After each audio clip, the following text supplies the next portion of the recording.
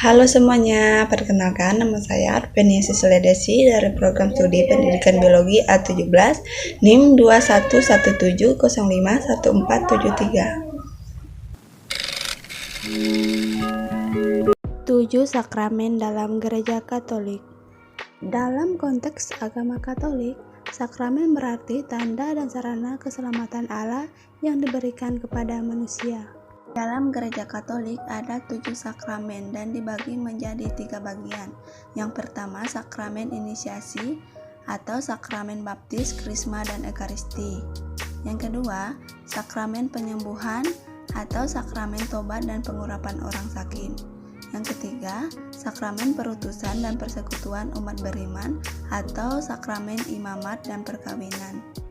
Melalui sakramen, Allah berkehendak mewujudkan keselamatannya bagi manusia, dan melalui sakramen kita berkomunikasi dengan Allah dan merasakan kehadiran Allah. 1. Sakramen baptis. Sakramen baptis merupakan sakramen pertama dan dasar sebelum menerima sakramen-sakramen lainnya. Saat penerimaan sakramen baptis, kita diperciki air, kemudian diolesi minyak dan diberikan kain putih serta lilin yang menyala.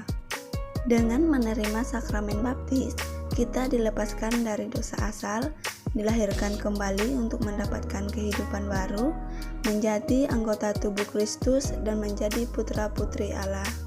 2. Sakramen krisma.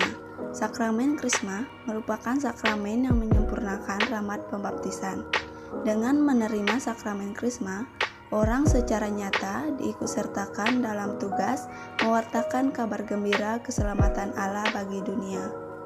Dalam penerimaan sakramen krisma, perlu diperhatikan kedewasaan seseorang, khususnya kedewasaan iman, agar rahmat Roh Kudus sungguh dapat berdaya guna. 3. Sakramen ekaristi. Bagi Gereja Katolik, sakramen ekaristi dipahami sebagai sumber dan puncak seluruh hidup Kristiani. Ekaristi pertama-tama dipahami sebagai kenangan akan perjamuan terakhir yang diadakan oleh Kristus bersama para rasul dan kenangan akan wafat dan kebangkitan Kristus. Di dalam perayaan ekaristi, gereja meyakini Kristus hadir di tengah-tengah umatnya. Melalui sakramen ekaristi, kita memperdalam persatuan dengan Kristus, memisahkan kita dari dosa, dan kesatuan tubuh mistik atau membangun gereja. 4. Sakramen tobat. Sakramen tobat disebut juga sakramen pengakuan dosa, di mana penerimanya memperoleh belas kasihan Allah berupa pengampunan atas dosa yang diakui dan disesali. Melalui sakramen pengampunan dosa, orang tidak hanya diampuni dosa-dosanya, melainkan dapat mengambil bagian lagi secara penuh dalam kehidupan gereja.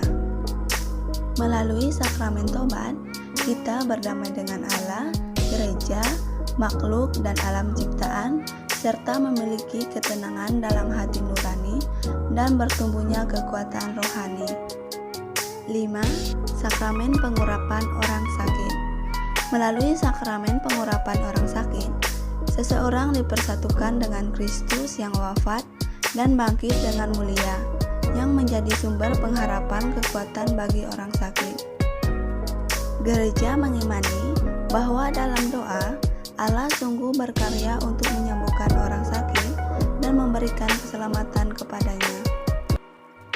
Melalui sakramen pengurapan orang sakit, menjadi persatuan orang sakit dengan sengsara Kristus demi keselamatannya sendiri dan keselamatan gereja.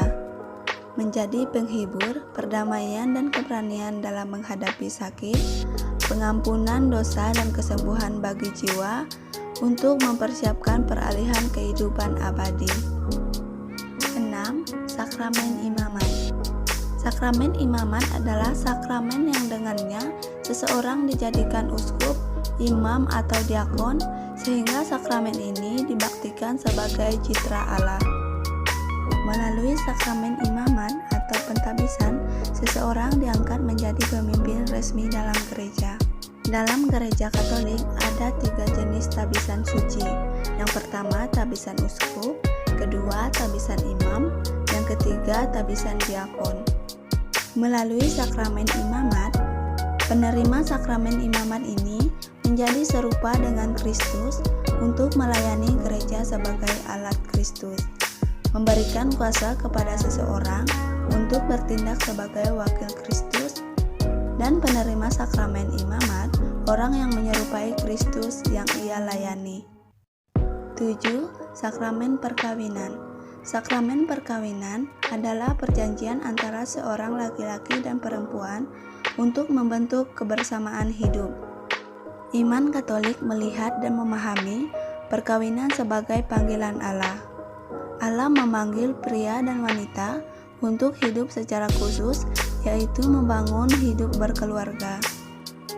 Perkawinan mempunyai 3 tujuan, yaitu yang pertama kesejahteraan suami istri, yang kedua kelahiran anak, dan yang ketiga pendidikan anak. Sifat hakiki perkawinan: yang pertama monogami atau pria dan wanita, yang kedua tak terceraikan.